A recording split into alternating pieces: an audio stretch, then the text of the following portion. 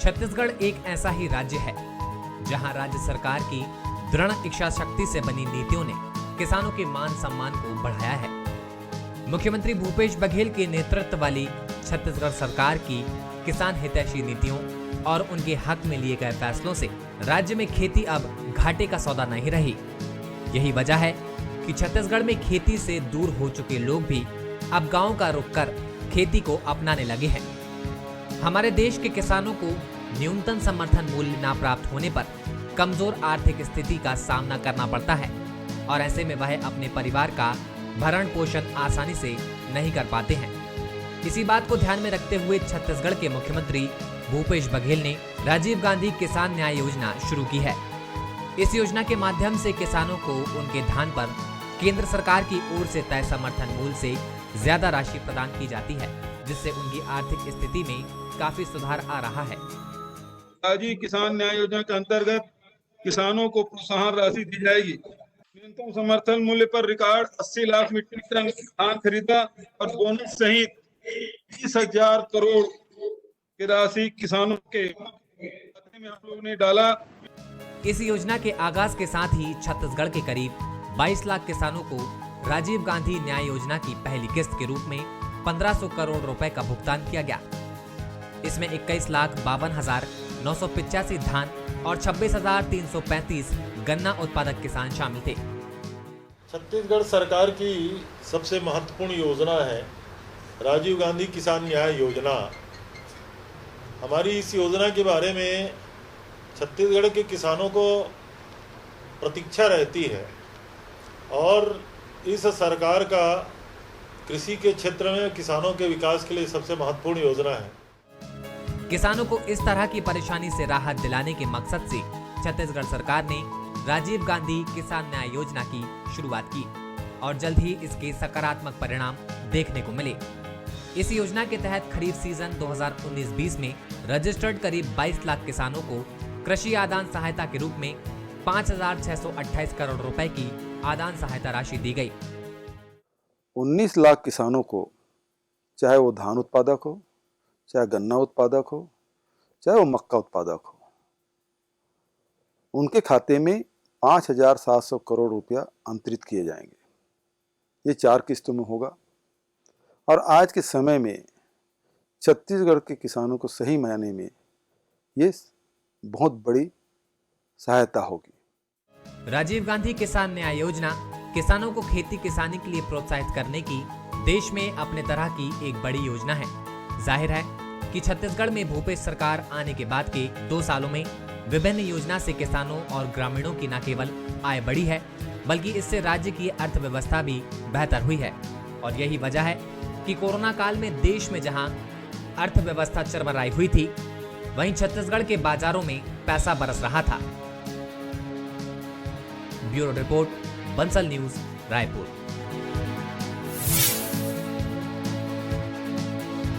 विकास का गढ़ छत्तीसगढ़ में इस विशेष कार्यक्रम में आप सभी का स्वागत है। मैं हूं आदित्य नामदेव। छत्तीसगढ़ में विधानसभा 2018 के चुनाव में कांग्रेस के 2 अहम बिंदु थे। एक तो कर्ज माफी और दूसरा प्रति क्विंटल 2500 रुपए में धान की खरीदी।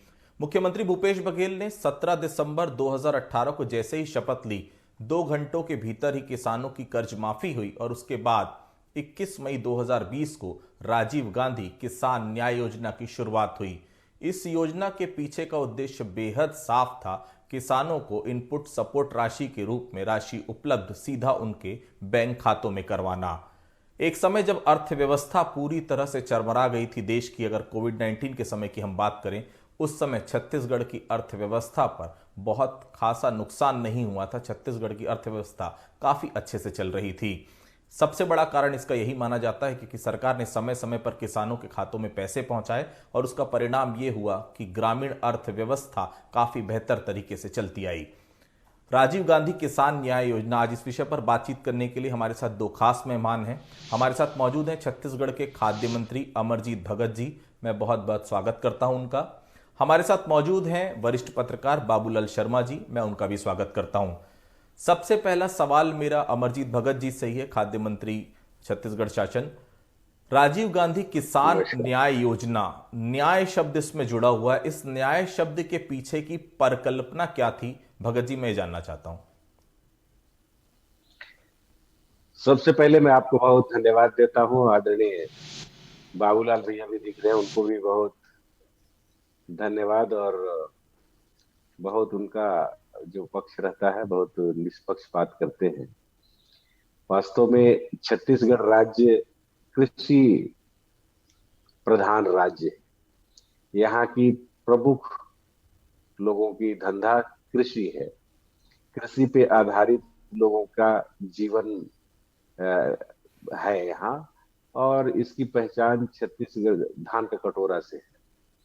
यहाँ के धरती पुत्रों को, यहाँ के किसान पुत्रों को, यहाँ के मेहनतकश लोगों को उनका सही दाम मिले, इसके लिए छत्तीसगढ़ सरकार माननीय मुख्यमंत्री भूपेश बघेल जी के नेतृत्व में ये निर्णय लिया कि हम किसानों का साथ देंगे और किसानों का आर्थिक स्थिति मजबूत करने के लिए जो भी योजना बनेगी उसमें हम इसको प्राथमिकता से रखेंगे। आपने देखा होगा कि पिछले 15 सालों में किसान बहुत टूट चुका था और किसान खेती किसानी के काम को नुकसान का सौदा मानता था। गांव छोड़ करके लोग शहर की तरफ माइग्रेट हो रहे थे। और ऐसे में जब हमारी सरकार आई और सबसे पहले जो हम बात करते थे, माननीय मुख्यमंत्री जी ने जो हर सभा में, हर बैठक में वो कहते थे कि हम मौका आएगा तो किसानों के लिए काम करेंगे, किसानों का आय बढ़ाने का काम करेंगे, कर्जा माफ करने का काम करेंगे।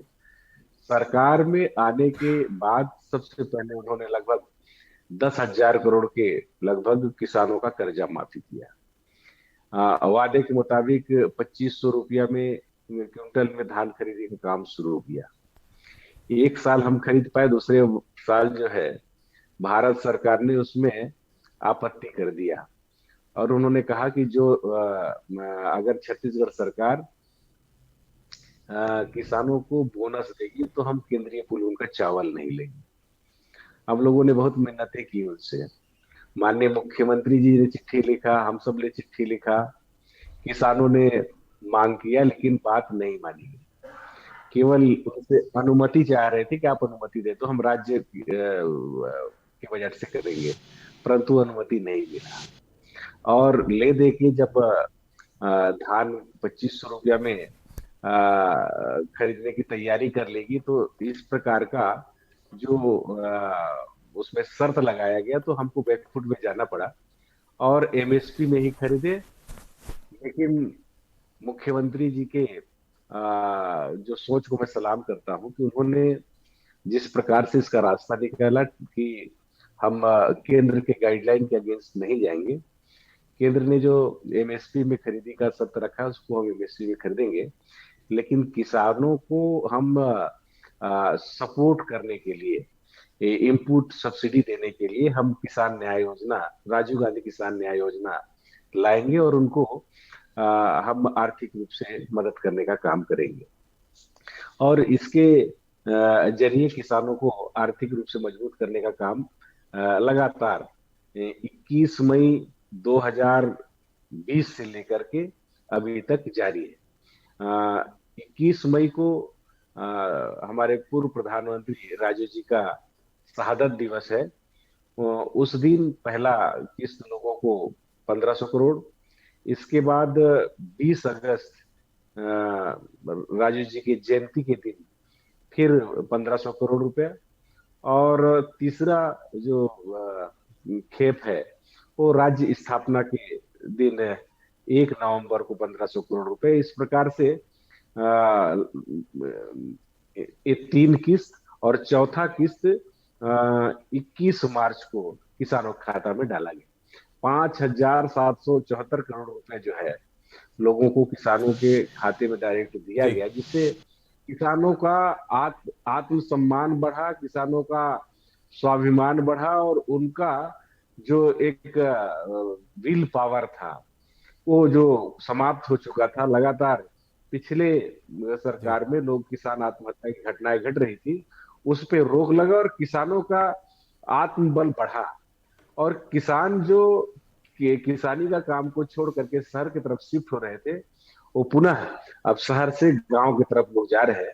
और किसान इसको पूरी तन्मयता के साथ इस काम को कर रहे हैं, जिससे मैं कह सकता हूं कि इसका सीधा सीधा किसानों को लाभ मिला है। उनके लाइफ स्टाइल में, उनका जीवन स्तर में सुधार आया है। बिल्कुल, देखिए किसानों का लाभ मिल रहा है। मैं एक सवाल बाबूलाल शर्मा जी से यहां पर लेना चाहूंगा। बाबूलाल शर्मा जी, मेरा एक सवाल था कि छत्तीसगढ़ कांग्रेस सरकार को बने 3 साल हो चुके हैं। इन 3 सालों की हम बात करें तो इस सरकार का पूरा फोकस ग्रामीण अर्थव्यवस्था को सुदृढ़ बनाने में है। किसान और ग्रामीण, ये दो छत्तीसगढ़ सरकार की धुरी में कहीं ना कहीं केंद्र में नजर आते हैं। इसका क्या कारण आप मानते हैं कि पूरा फोकस जो है वो ग्रामीण अर्थव्यवस्था पर यह सरकार दे रही है? देखिए, इसका पहला अर्थ तो मैं ये निकालता हूं कि सीएम भूपेश बघेल बने, जो स्वयं किसान है, उनका पारिवारिक पृष्ठभूमि पूरी किसानी की है।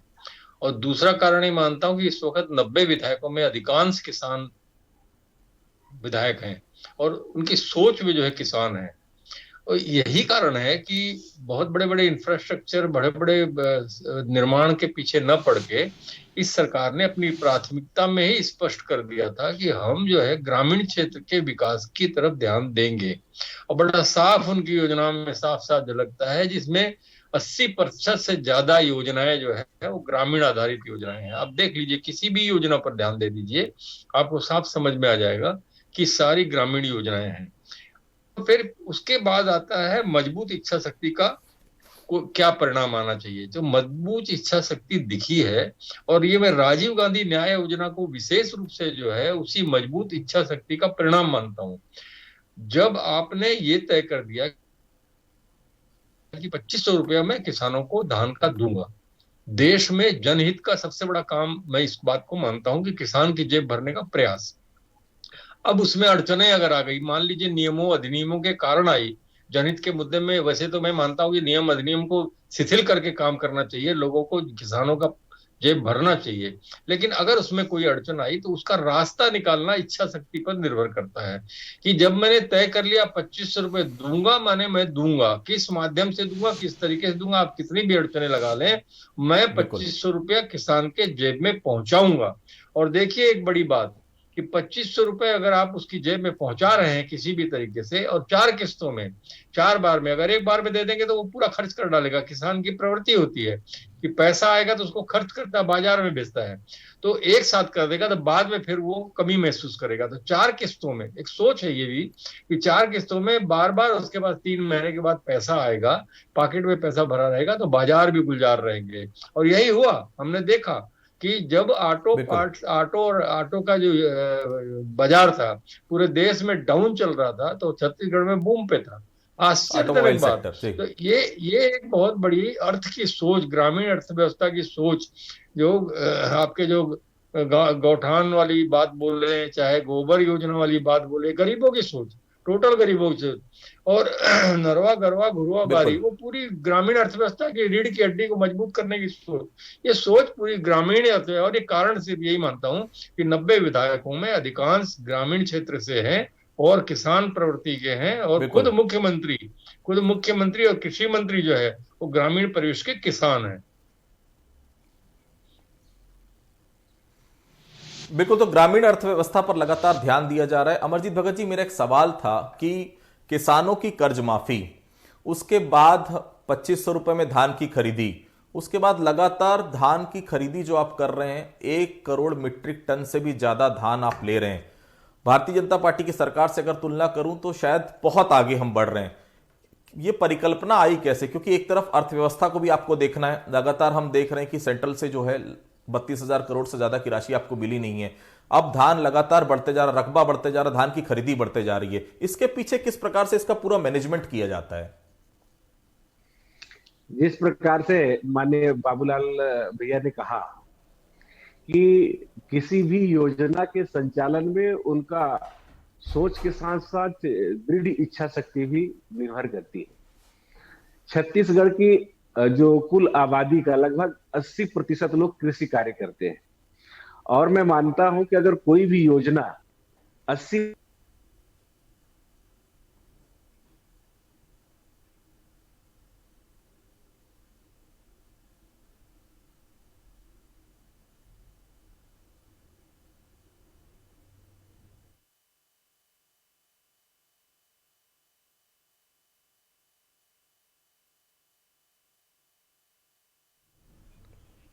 बिल्कुल। शायद कुछ टेक्निकल त्रुटि आ रही बीच में। बाबूलाल जी, मेरा सवाल यही है कि जिस तरह से सरकार आगे बढ़ रही है, एक तरफ अर्थव्यवस्था कोविड-19 के समय काफी मुश्किल भरे हालातों से गुजरी देश की, लेकिन चूंकि किसानों के जेब में पैसा जाता रहा, ग्रामीण अर्थव्यवस्था लगातार चलती रही, ऐसे में छत्तीसगढ़ में मंदी का कोई बहुत बड़ा असर देखने को मिला नहीं, इसलिए शायद दीपावली गुलजार रही हर किसी की।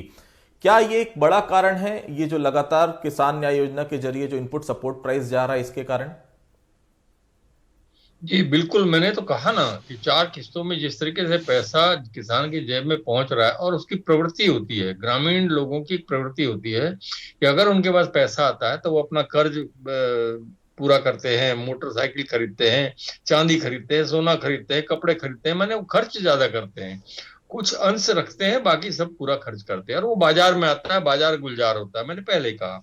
और देखिए, सरकारें तो सभी जनहित का काम करती हैं, जनहित की योजनाएं बनाती है, लेकिन जो इच्छा शक्ति होती है वो बहुत महत्वपूर्ण होती है। मैंने आपको कहा, इसमें मुझे कोई शक नहीं है कि ये सरकार जो है कहीं न कहीं अपनी इच्छा शक्ति से काम कर रही है। सफलता असफलता अलग मुद्दा है, लेकिन कोशिश इसकी जो है बहुत पर्याप्त अच्छी तरह से है। 70% भी यदि कोई सरकारी योजना सफल होती है तो मैं मानता हूं, व्यक्तिगत रूप से, पत्रकार के रूप में, कि मैं उसको सफल योजना मानता हूं। और ये योजना जो है, राजीव गांधी न्याय योजना जो है, निश्चित रूप से मुझे सफल लगती है। बिल्कुल। अमरजीत भगत जी फिर से हमारे साथ जुड़ गए हैं। बाबूलाल जी, मैं सीधा उनके पास ही चलता हूं। सवाल मेरा वही था कि एक तरफ अर्थव्यवस्था को आपको देखना है, दूसरी तरफ कर्ज माफी भी आपने की, लगातार धान की खरीदी का आंकड़ा बढ़ते जा रहा है, रकबा बढ़ते जा रहा है, कैसे मैनेज करते हैं सब चीजों को? क्योंकि जब केंद्र राजनीति की केंद्र में, या छत्तीसगढ़ सरकार की अगर बात करूं तो केंद्र में अगर ग्रामीण अर्थव्यवस्था है, किस प्रकार से ध्यान रखा जाता है ये सब चीजों को, और मैनेज कैसे किया जाता है?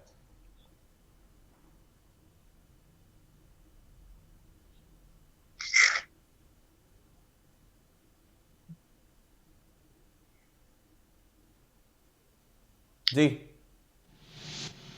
अमरजीत जी।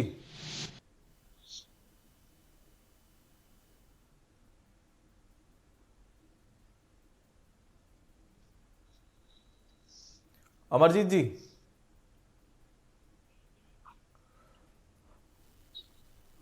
बिल्कुल। देखिए, लगातार बातचीत कर रहे हैं राजीव गांधी किसान न्याय योजना को लेकर। मैं फिर से एक बार बाबूलाल जी के पास चलूंगा। बाबूलाल जी, ये जो बातें समझ में आ रही हैं कि लगातार ग्रामीण अर्थव्यवस्था काफी बेहतर होते जा रही, सरकार लगातार प्रयास भी इसके लिए कर रही है, लेकिन चुनौतियां क्या मांग रहे हैं आने वाले समय में? क्योंकि लगातार आगे इलेक्शन ईयर भी है, लगातार किसान जो है केंद्र में है सरकार के। आने वाले समय में क्या परिस्थितियां देख रहे हैं और किस तरह से बेहतर करने की जरूरत मानते हैं, खासतौर पर ग्रामीण अर्थव्यवस्था के लिए? देखिए, ग्रामीण अर्थव्यवस्था के दिशा में तो ये सरकार अच्छी तरह चल रही है, लेकिन जो विरोधी पार्टी है उसकी राजनीति का आधार जो है वो दूसरा है, उसका भी मुकाबला करना पड़ेगा। वो जिस रूप में, जिस तरीके से जा रही है, जिस मायने में जा रही है, हिंदू एकता, मंदिर मस्जिद, या हिंदू मुसलमान, तो उसका मुकाबला, धर्मांतरण, इसका मुकाबला भी इस सरकार को करना होगा, इसकी भी तैयारी इसको करनी होगी। किस तरीके से उसका मुकाबला हो पाएगा वो महत्वपूर्ण है। और निश्चित रूप से जो है ग्रामीण अर्थव्यवस्था पर बिल्कुल सही काम चल रहा है, और कमोबेश जो है ठीक ठाक ही काम चल रहा है। थोड़ी बहुत गलतियां तो हर योजनाओं में, हर सरकारों के समय होती हैं, मैं इसको भी स्वीकार करता हूं, लेकिन उस अनुसार आप देखेंगे तो कहीं ना कहीं जो है ठीक काम इस सरकार का चल रहा है। कर्जा माफी इसने तुरंत की थी, जनता पे इसका असर है। बिजली हाफ किया, जनता पे इसका असर है। धान खरीदी में एक रास्ता निकाला इसने किसान न्याय योजना के माध्यम से, राजीव गांधी किसान न्याय योजना से। आदिवासी की जमीन वापस की जो प्रभाव में आज भी है, लोगों के मन में इस बात का है कि ये सरकार जो है हम लोगों के साथ है। आदिवासियों को जो जमीन उन्होंने वापस दिलाई, मैं समझता हूं कि देश में बहुत कम ऐसे उदाहरण आपको मिलेंगे कि उद्योगों को दी हुई जमीन कोई वापस लौटा सकता है, उसी किसान को मिल सकती है जिसका उसको मुआवजा मिल चुका हो। और मुआवजा भी देने की जरूरत नहीं, मुआवजा मिल चुका, उसके बाद मुआवजा वापस करने की भी जरूरत ना पड़ी हो, और किसान को वापस जमीन मिल गई हो। ये एक बहुत बड़ा तथ्य जो है इस सरकार ने पूरा किया, जिसमें आदिवासियों के मन में निश्चित रूप से प्रभाव तो होगा, और उस प्रभाव का चुनाव में फायदा भी मिल सकता है। और ये जितनी योजनाएं मैं आपको बता रहा था, इनका लाभ भी इनको मिल सकता है। कमोबेश कुछ मैं मानता हूं कि कुछ गलतियां, कुछ खामियां भी रहती हैं, तो जितना ज्यादा प्रभाव इन योजनाओं का पहुंचा होगा जमीन स्तर तक और इम्प्लीमेंटेशन सही ढंग से हुआ होगा, निश्चित रूप से उतना फायदा इस सरकार को चुनाव में भी मिलने वाला है। और ये बात जो है आप कह सकते हैं कि आने वाले चुनाव में ये लाभ उठाएंगे भी और गांव-गांव में इसका प्रचार प्रसार इसी रूप में करेंगे भी कि हमारी उपलब्धियां ये हैं और इस तरीके से 2023 के चुनाव में विकास के नाम पर जो है ये कांग्रेस उतरेगी, ऐसा मुझे लगता है।